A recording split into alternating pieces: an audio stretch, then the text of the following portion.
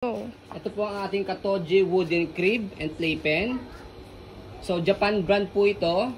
So, ang kanyang design is, ayan, po dito. May design siya itong po. Katoji. Okay. Disney.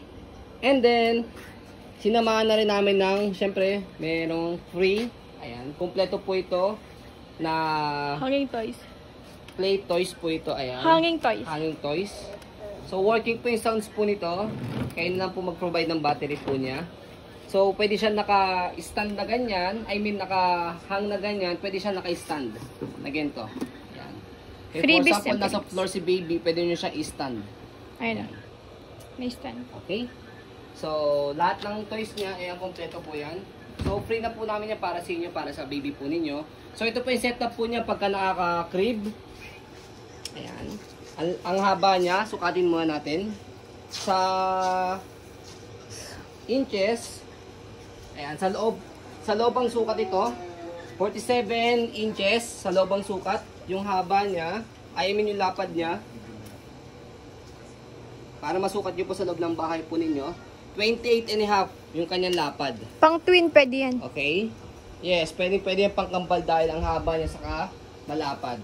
Okay? So, drop side siya. So, ibig sabihin drop side, pwede nyo po siya itabi sa bed.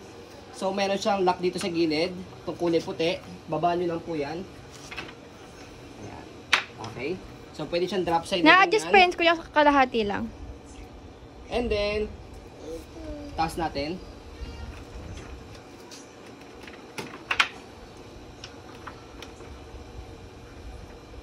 Madali lang siya itaas ito eh. Kung hindi ko lang talaga siya nilock ng mabuti.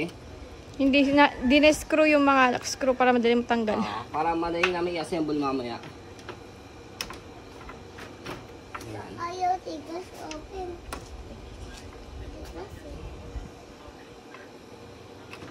Hindi matigas, ano yan? Hindi lang na-screw ni daddy. So, papakita rin namin sa inyo mamaya kung paano siya disassemble sa assemble para hindi kayo mahirapan. So, next natin yung ilalim niya is pwede siyang lagyan ng, kapag newborn pa lang si baby, storage. So, baba nyo lang po ito. Ayan. Pwede kayo maglagay ng mga gamit ni baby dito. Yung mga diaper niya, wipes, even kahit mga damit, pwede. So, kapag ka-toddler niya naman na si baby, ayan. So, pwede na siyang maging playpen. Tatanggalin nyo lang po ito. Yung kapilang, yung unang higaan niya. So, details niyan, daddy. Details niyan. Pakita mo nakatipid details. na kayo. Ayan. Sobrang laki ng natipid po ninyo dahil hindi nyo na kailangan bumili ng playpen. Safe na safe yung baby nyo rito. Hindi siya malalaglag dahil wooden siya. Okay? May gulong din, di ba? Matibay na wood yan from Japan. And then, hindi na kayo mahirapang buhatin dahil meron na siyang 4 na gulong. Ayan. Hihilayin nyo lang po siya. Details na, ano Okay? details So, na yan po yung details sa kanyang wood. So, walang issues regarding sa wood. Wala siyang damage na putol or sira. minimal scratch only. Yes, dahil pre-lab po yan, but good condition. Pwede po sa maselan. Okay. So, ayan. So, even na kahit na toddler ang baby po ninyo, naka-playpen setup na po siya, pwede nyo pa rin po ihang to.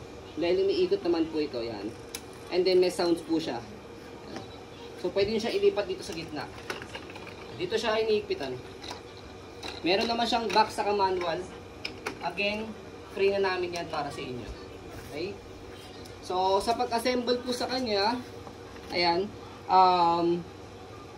unahin natin yung kanyang, ito 3 gilid niya, bago po ito. 3 gilid niya. Ayan. So, di-screw siya dito. Ito, saan yung screw niya? Ito yung screw niya. Ito. So, yan. As you can see, luluwagan ko. Ayan. Hindi ko siya sinigipan para hindi tayo mahirapang disassemble siya. Ayan. Pero pag ginamit nyo, sikipan nyo po Yes. So, etong maleta to, dapat dito siya sa malaking butas na bilog. Dito siya lagi sa loob, hindi siya sa labas. Okay, ayan.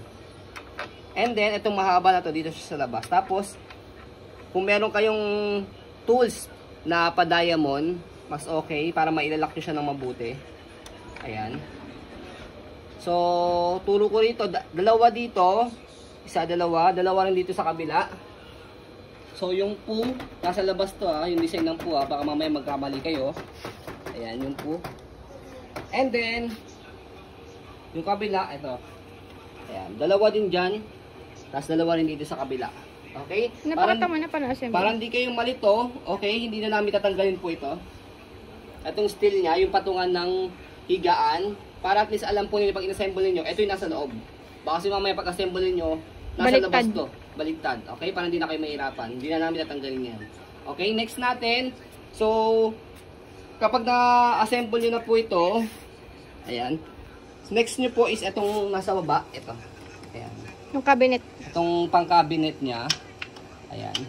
Okay? Next nyo po yan. So, bago nyo po ito ilak na mabuti, i-shoot nyo muna po ito. Ayan. So, kaya hindi ko siya sinigipan para at least makita nyo po pagka tinanggal natin, yan, maluwag pa siya.